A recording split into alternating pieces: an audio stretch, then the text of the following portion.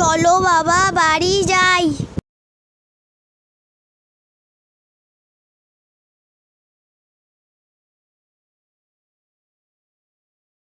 বাবা গো কত কষ্ট, যাই একটু সোফাতে গিয়ে বসি। রথিন এখানে শোন।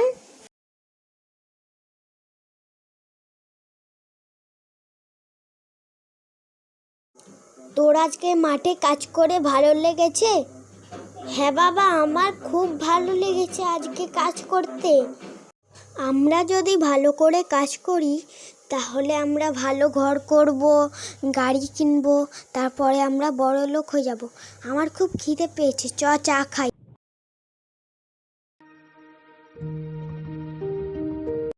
বাবা তুমি একদিন বলেছিলে না আমরা যদি ভালো করে কাজ করি তাহলে আমাদের ভালো ঘর করবে, গাড়ি কিনবে।